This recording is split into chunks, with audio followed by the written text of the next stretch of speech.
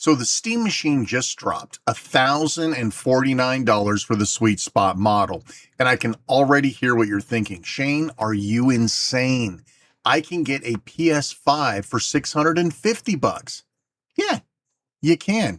And maybe you should. But before you walk into Best Buy and grab that PlayStation 5, there's something you need to consider.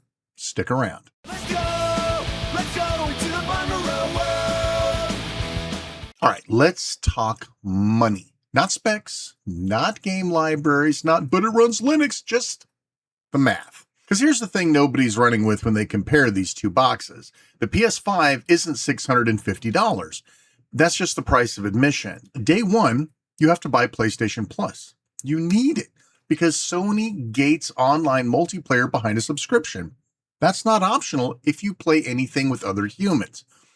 Essential tier, that's the code for the cheapest one that gets you online, is $80 a year. That's when purchased yearly. Monthly is even higher. Just went up, by the way. And the annual plan, analysts are calling it a matter of when it goes up in price again, not if. So year one, you're at $730 before you touch a single game. Steam Machine, $1,049. No subscription. Steam doesn't charge you to play online. Ever. That's just a thing Valve decided not to do.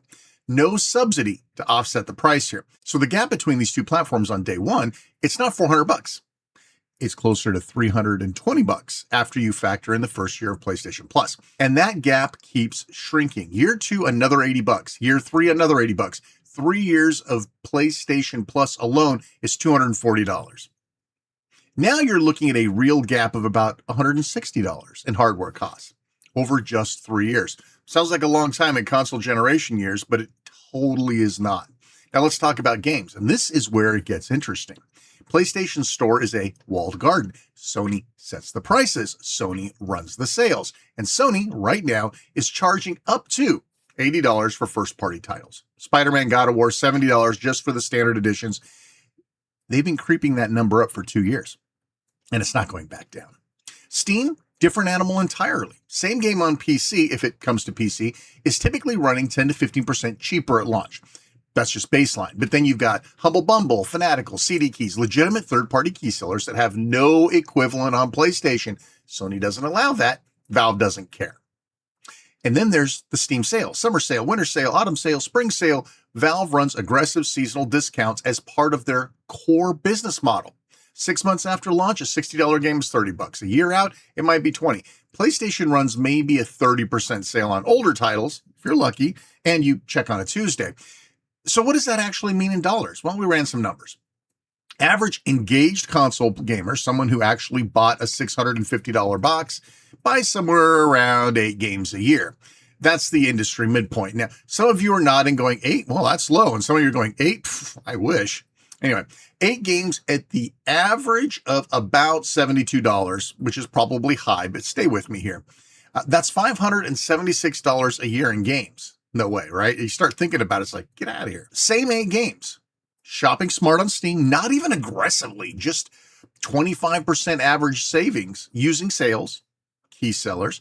That's $432. You just saved $144 in 1 year, plus the $240 from no PlayStation Plus. That's $672 back in your pocket compared to the PlayStation path. The hardware gap was $399.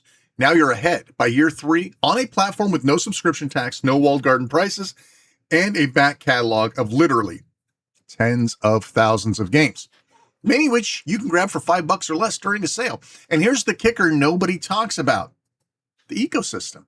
When you buy a game on Steam, you're not just tying it to your TV. If you own a Steam Deck, that exact same library is in your hands the second you walk out the door. Cloud saves sync perfectly. You buy it once, you play it anywhere, even if you dabble in the evil streaming like GeForce Now. Most, if not all of those games follow you.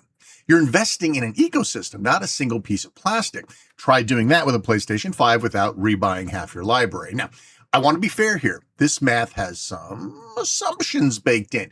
You actually have to shop around. You have to be patient on some titles.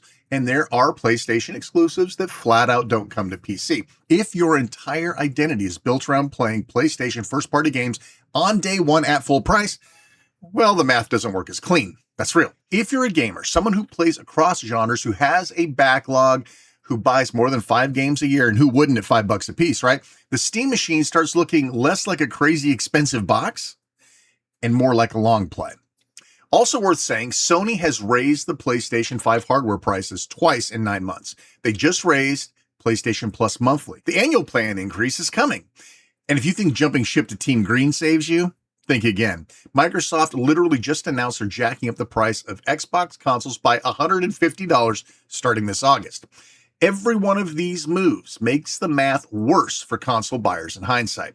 The people who bought Steam machines today, those of you who are lucky enough to actually get one, are locking in before whatever Sony and Microsoft does next. The PlayStation 5 is a great machine. I'm not here to tell you it isn't, but it's cheaper requires some asterisks, big ones, the kind that compound annually. So before you buy that PlayStation 5 over the Steam machine, if you even have the option to buy one, I don't, just run the numbers for your situation. How many games do you buy in a year?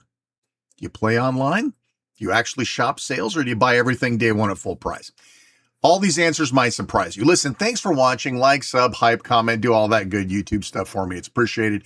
I'm Shane R. Monroe. Take care, and we'll see you next time.